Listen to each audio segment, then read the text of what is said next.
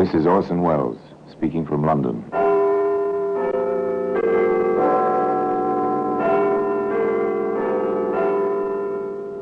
The Black Museum.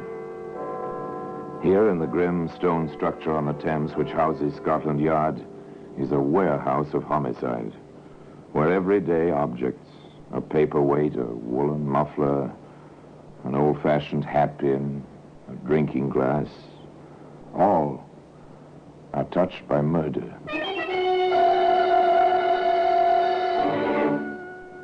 Here's a bit of frosted glass. It's a familiar object. You've seen such glass before in the upper panels of the doors of older houses, and perhaps the one in which you live. Let's in more light, the owner used to say. One man climbing to his old-fashioned apartment said to his son, "Hello, what's this? Glass on the landing?" From the door, Dad. It looks like the frosted panel fell out. Yes, and pretty jaggedly. Be careful, son. Those shards are sharp. Well, today the glass shards can be seen in the Black Museum.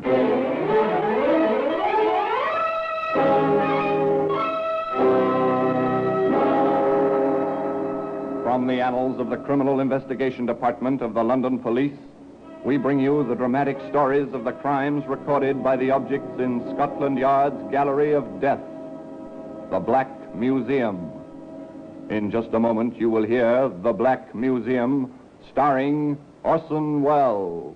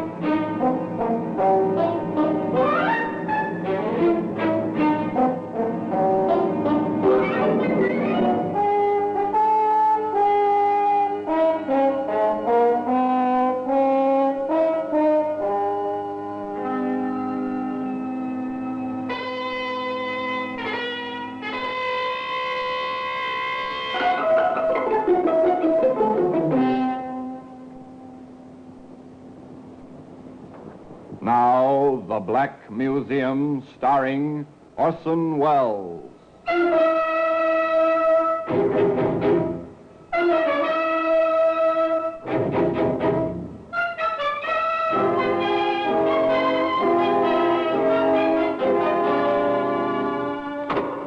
Now, here we are, in the Black Museum.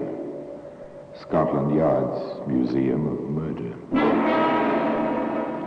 Yes, here lies death. And here's a pacifier, nippled end, ivory ring. This in the Black Museum, oh, yes, because it seems there was a will. And where there's a will, there's a way.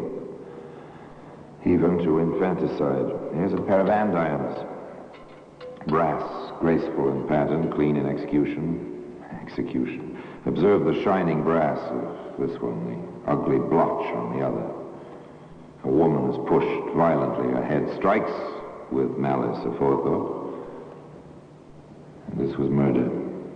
Nice, here we are, the glass shards. They're sharp, pointed. Dangerous to life and limb, even in themselves. Here they are, glistening, gleaming in their whitely frosted danger. Once they were part of a whole. The glass panel, as I told you, of an apartment door. But we'll come to that. Let's begin this tale with the ringing of a doorbell.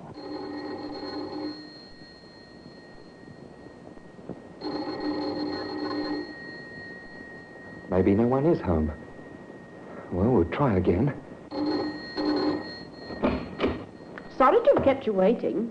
Sorry to have disturbed you, ma'am. I've been sent looking for a chauffeur. Chap named Simmons. There's no one here by that name. And I can tell you, sir, there's no one by that name being in this neighbourhood. Well, not in my memory, and I've lived here about now on 20 years. Oh, well, thank you, ma'am. Garage really works. The Beacon, it's called. Well, they'll have to find another errand boy if they can't give me better steers than this. Well, good day, ma'am. Good day. That's a bit strange. There's no Beacon garage in this neighborhood? Of course, this was not a neighborhood for garages and items of that sort. This was strictly residential. Mostly semi-detached houses with a bit of garden and an occasional block of apartments, or flats as they're still called in London. Into one of those apartment houses came Charles Fly and his son, Charles Jr., home after their respective days' work at business and college. When will they put lights in these stairs, Dad? After someone breaks a leg in the dark. I just hope it isn't your mother. So do I. Well, watch the landing. Dad turns just ahead. I know. Hello, what's this? Glass on the landing? From the door, Dad. Looks like the frosted panel fell out. Yes, and pretty jaggedly. Be careful, son. Those shards are sharp. I said, do you suppose Mother let the door slam so hard the glass broke? Well, I'll ask her when we get inside. Your key handy? Right here, Dad. Thanks.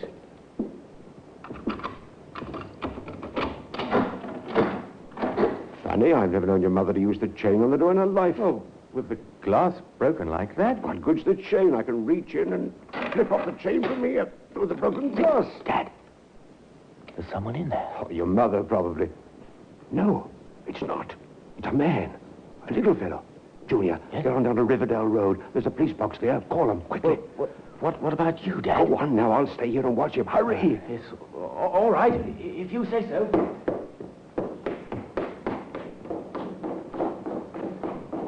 Chain's off now. Why not? He's only a little fellow. Here now. What are you putting in my suitcase? You shouldn't have come in, Governor. It won't do you a bit of good. I'm leaving with your suitcase and what I've packed in it. Drop it bag. I can handle you. No! Oh. So foolhardy. Mr. Fly should have stayed outside. He might have stayed alive. As it was, when the police did arrive with Charles Fly, Jr., Senior was very dead.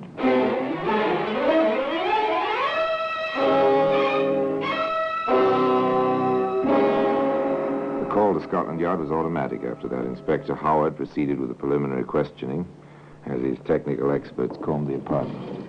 I know you had quite a shock, my boy, but we need your help, and right now. I'll try my best, Inspector. We've checked the apartment. The intruder, whoever he was, had packed a suitcase and was about ready to leave. It's Dad's own. It was his suitcase. All right. Now, is there anything else you know of that's missing? Mother said something before she collapsed about her bracelet. I looked. It's missing. Can you describe it in detail? On items like that, we publish it in the Yard's Daily Gazette. It's circularized to every station, jeweler, and pawn shop in England. Well, it was gold, about an inch wide, engraved with a kind of floral design, and there were 25 diamonds, small ones, in the pattern. Dad gave it to Mother on their 25th anniversary. I see. Very good. Now, you've been an excellent help, and you're certain he was a short man. Well, I saw him through the broken pane. He was just about 5 feet tall. Quite a little fellow. I guess that's why Dad went in after him. Dad didn't know he had a gun. Housebreakers try to stay away from guns in England. The penalties are too severe. Yes, Sergeant? No M.O., sir. Just the broken pane of glass. Thank you. Anything beyond that first shell? Not a thing. One shot was fired, that's all. No M.O., sir? Means of operation. Anything that's recognizable. Most of these people have a kind of trademark. Completely subconscious, but it helps us to find them. Too bad there's nothing, then. We'll do our best. All right, Sergeant. I want the neighborhood canvassed. Did anyone notice a small man sounding the drum? Did anyone see a small man leaving the premises? And check every carnival, fair, and circus for a small fellow who's a sharpshooter. 1 cartridge, 1 shot, and bullseye. Got that, Sergeant? Aye, sir. We can make a start anyway, and here's hoping... Police routine. Sounding the drum. It's a new term. What does it mean? Listen to the sergeant as he canvasses the neighborhood. Tell me, ma'am, in the past day or so, has anyone rung your bell and asked for someone who doesn't live here and left in a hurry? Do you follow the term now? It's what Americans would call casing the joint. Find out if anyone's home by ringing the bell. If there is, make an excuse and get away fast. If there isn't, find a way to break in and steal whatever may be lying about within easy reach. It's simple, effective, very professional. But the police are professionals, too.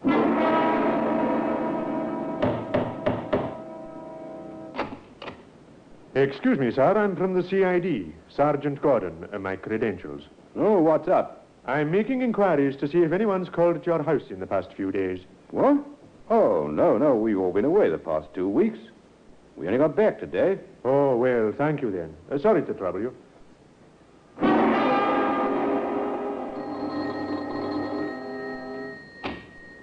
Yes?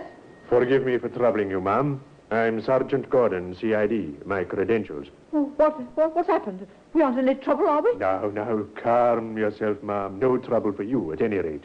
It's just that I wanted to ask you a question or two. Oh, yes. Could you tell me if anyone has called at your house during the past few days and asked for someone who doesn't live here, and that if they were in? What a silly question. No, ma'am, it's a very serious question. So, will you put your mind to it? Well, no. I'm absolutely sure. Nobody.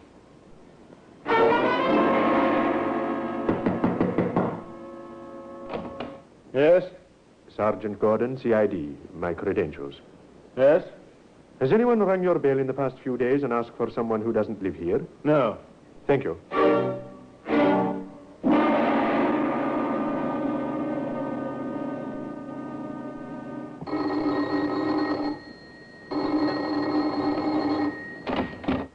Yes? Sorry to disturb you, ma'am. I'm Sergeant Gordon, CID. My credentials. Oh, please. Yes? Did you... that is, has anyone rung your bell in the past few days and asked for someone who doesn't live here? Oh, that'd be a foolish thing. Why, yes, there was. Just yesterday afternoon. He asked for a chauffeur or something. Said the fellow worked at the Beacon garage. And you remembered this? I certainly did. Why, ma'am? Well, because there's no such place hereabouts as the Beacon garage. And I ought to know. I've lived here 20 years. I see. Rather a foolish error. Now that you mention it, I'm not sure that it was an error. He seemed rather a nasty little man. Oh, is that so? Why? Too dapper, too quick.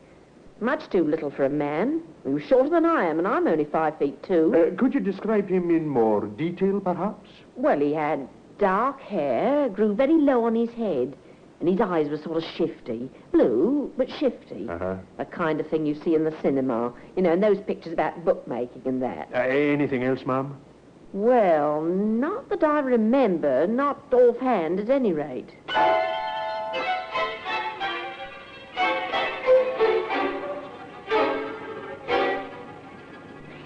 Now, 2 people still living have seen this little man, the dead man's son, and the woman at whose door he sounded the drum. A description is in hand, 2 descriptions, which tally in every point. And then Sergeant Gordon came into Inspector Howard's office with another fact, a very solid fact. What's this, Sergeant? The weapon, sir. Found it behind the hedge of number 21, 3 houses up from the flats where Flyer was killed. How'd you get onto it? We found a young fellow who'd been walking his girl past the flats on her way from the bus. This little man ran out of the flats, almost knocked the girl over, but he kept going. Our young fellow turned around to protest, saw him throw something over the hedge. We looked. There it is. Nasty little gun. Well, shell jammed in the chamber. Oh, no wonder he fired only 1 shot. But he pulled the trigger twice. Well, we can drop our search in the circuses, Sergeant. I doubt if this fellow is the sharpshooter we thought he was. I think now we'll concentrate on classification by size. Shall we get to it, Sergeant? We seem to have our work cut out for us again. Surely the picture takes shape. Dim at first, as if seen through frosted glass. Like the glass shards to be seen today in the Black Museum. In just a moment, we will continue with The Black Museum, starring Orson Welles.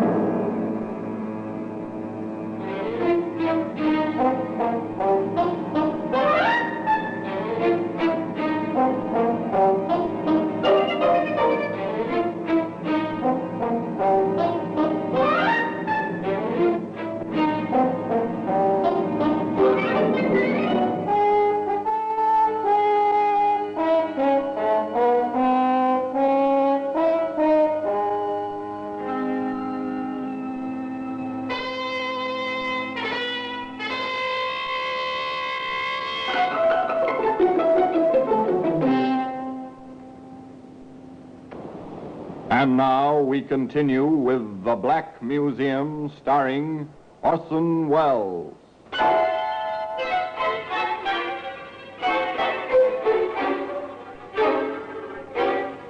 Again, it's compounded of hard work, good police training, and a little luck. They start with nothing, this time with a wrong theory that their man is a sharpshooter. They have to abandon this, and they start fresh with the dullest and therefore the hardest kind of police routine, checking the files. He's a little man. Everyone's agreed on that. Ask Criminal Records to send us the dossiers on every man we have on file under 5 feet 2 inches in height. Carefully, the inspector in charge and his sergeant comb through these dossiers, and finally, by reason of cross-checking, this one in jail at the moment of the crime, that one in some other part of the country, others with perfect alibis, the list of little fellows is reduced to 4. You take these 2, Sergeant. I'll work over the others. Anything that rings a bell, the smallest detail. Yes, sir. For over an hour, the 2 men are silent, reading, thinking, trying to relate something in the files to the facts that they already have. And then they exchange dossiers and start again. By this time, the lamps are lighted. The Thames flows like black glass outside the window of the inspector's office. All at once. I may have something, sir. Which file? Larry Mason. His nearest relatives, an uncle and an aunt, are recorded here as living in Beacon Road. Does that mean anything to you, Sergeant? It doesn't to me. You'll see it in my report in passing, Inspector. Uh-huh. When I talked with the woman who'd seen the fellow sounding the drum, he told her the chauffeur he was looking for worked at the Beacon garage. Oh. And she made quite a fuss over the fact that there is no such garage in the neighborhood. She was quite emphatic about it. Aha, interesting. Let me see the description. I see. 5 feet 1.5 inches, the smallest of the lot. Beacon garage, eh? And relatives on Beacon Road. Not important, perhaps, and yet all important, as the inspector thought it through. We'll say a man needs a false name at a sudden moment. He says the first thing that comes into his mind. It seems rather natural that the place his nearest relatives live should be lurking somewhere just below his consciousness. Well, it's mighty slim, but it's worth a try. And having decided it was worth a try, Inspector Howard and Sergeant Gordon set out to trace their prime, if tiny, suspect. Mason? Yes, he lived here. Oh, lived. You mean he's left? He didn't leave. What then, Mum? Did he die? He could have, for all I care. I threw him out. Didn't pay his rent for 3 weeks. I can't afford deadheads, I can't. Have you any idea where he's gone? No. What's more, I don't care. Next point of inquiry was the Beacon Road address and Larry Mason's uncle. About your nephew, Mr. Mason. What about him? Have you any idea of his whereabouts? Who wants to know? My name is Howard, Inspector, Scotland Yard. In trouble, is he again? We're not certain yet. He may be. We'd like to talk to him. Well, if you find him, I'd like to talk to him too. Long enough to tell him not to come round for me for help. Sergeant Gordon visited the pubs and hangouts where Larry Mason had been known to spend his time. In one of them, he found a friend of Mason's. Larry? I ain't seen him in a long time. Not since he was sent away for breaking and entering. He hasn't been round at all. And I can't say I'm sorry. No? Why not, friend? He worked for me when I had my license and was making a book legitimate. He was my clerk, see? Then one day he walks off, just like that, with 10 quid. I don't expect to see him again. He knows that little job cost me my license. And he knows what'll happen to him if he shows his face in here again.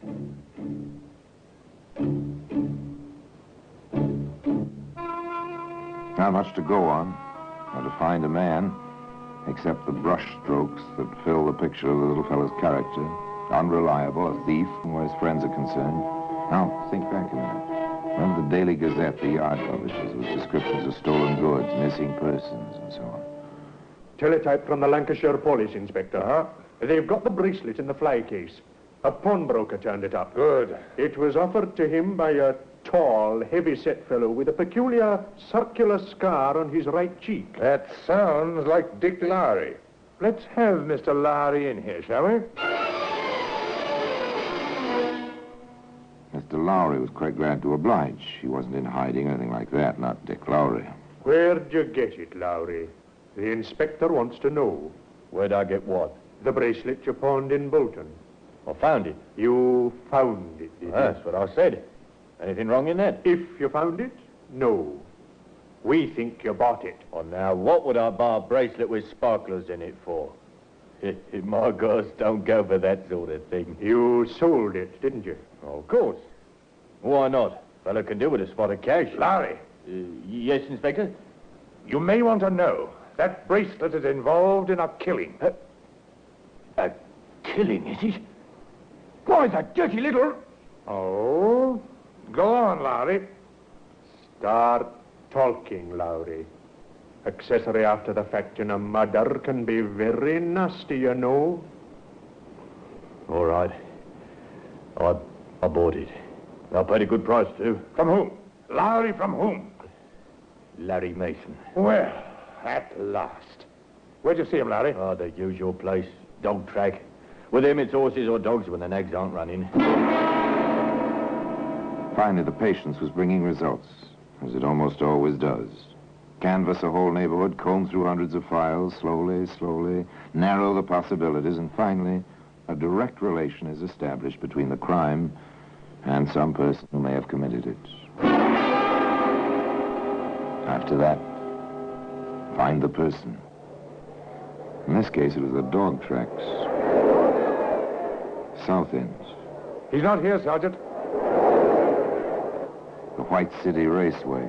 Not a sign, Inspector. Wembley. They know him here, but he hasn't been around in weeks.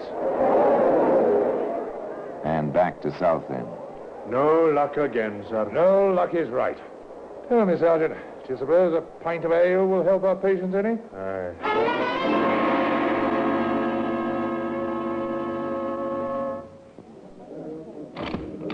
This one seems rather decent, Inspector. Yes, let's get on with it. Oh, excuse me. Oh, I'm sorry, sir. I didn't mean to come against you. That's all right. No harm done. Hold it, young fella. I think I know you. Do you? Where from? You're Larry Mason. Not me. My name's Leonard Martinson. Sorry, you'll have to prove your identity. We're from Scotland Yard.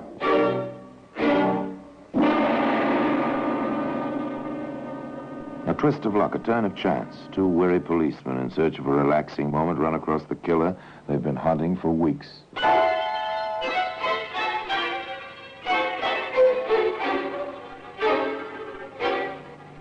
At the yard, Larry Mason was not having a particularly relaxing time of it. Do you insist on denying you're Larry Mason? I do. Look, Mason, you've been away for a while. Now you know about these things. Your fingerprints are the prints on Mason's record. Dick Lowry swears he bought the bracelet from you. Your landlady and your former bookmaking associate have identified you. Now let's have no more nonsense. I ain't giving you a thing. Just because I'm small don't mean you can push me around. Ah, you'd better tell us the whole story, Mason, and stop this nonsensical denial. You'll go to trial anyway, you know. And the more you lie now, the harder it'll be on you later. Now speak up, Mason. You know, they get stubborn streaks sometimes. They read somewhere somehow that the best defense is to admit nothing, not even their own identities. So they firmly shut their mouths and refuse to talk about anything except the weather. The sergeant knew they had a case, a good case. Inspector Howard came in to help. I look at it this way, Mason. You can't do yourself any harm. We've got the evidence, we've got the gun. We're in the process of tracing it to you right now. The woman you spoke to will identify you in court. You had the bracelet. You've no alibi worth mentioning. You'll hang on what we've got, Mason, unless you've something which makes it manslaughter in place of murder. All right. It was an accident. I never used a gun before. Never even had one. The first time is always one too many when it comes to guns. Now keep talking. How was it an accident? I broke the glass, see? After nobody answered the bell. I stuck my hand in. It was a cinch to open the door. I worked fast, but this fella come home early or something. I tried to make the back door. No luck, it was locked with a key. So you had to come to the front. He was a lot bigger than me. I pulled the gun because I wanted to scare him, that's all. He jumped me, hit me with something. I blacked out. That's it, I blacked out. Didn't even hear the gun go off. And when you came to, Mason? He was dead on the floor. I got out of there as fast as I could get. It was an accident. I'll swear it was an accident. What's your opinion, Sergeant? It's a good story, but it won't wash. Why not? That's what happened. Why not? It's very simple, Mason. You blacked out as you pulled the trigger. Therefore, you fired only once. Yes, sir. Only once. Sorry, Mason. You pulled that trigger twice. There was a shell jammed in the firing chamber. You pulled the trigger at least twice. That's no accident, Mason. That's murder. Yes, the case was complete. Each part in its correct place. And those glass shards I told you about, those too are in their correct place. In the Black Museum. Orson Welles will be back with you in just a moment.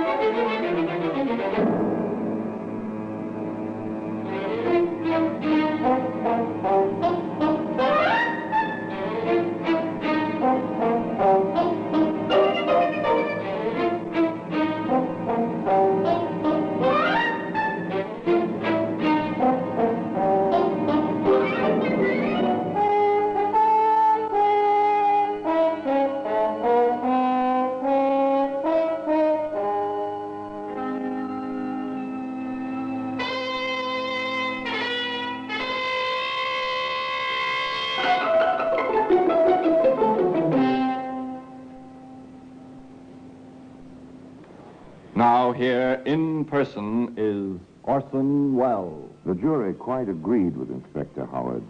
That was no accident. And so in due course, little Larry Mason, the bookie's clerk who made the fatal error of carrying a pistol, went the way of most murderers at 8 o'clock one summer morning. Larry Mason's luck had run out, or had it? It was reported, you see, that as he walked to the scaffold with its 13 steps and waiting rope, Mason murmured to his guards, they had to do this now on June 6th, Derby Day, and me with a few shillings riding on Armstrong in the big race. Curiously, although Mason wasn't available to collect on his bet, Armstrong was the winning horse at 53-1. And now until we meet next time. We meet in the same place, and I tell you another story about the Black Museum. I remain, as always, obediently yours.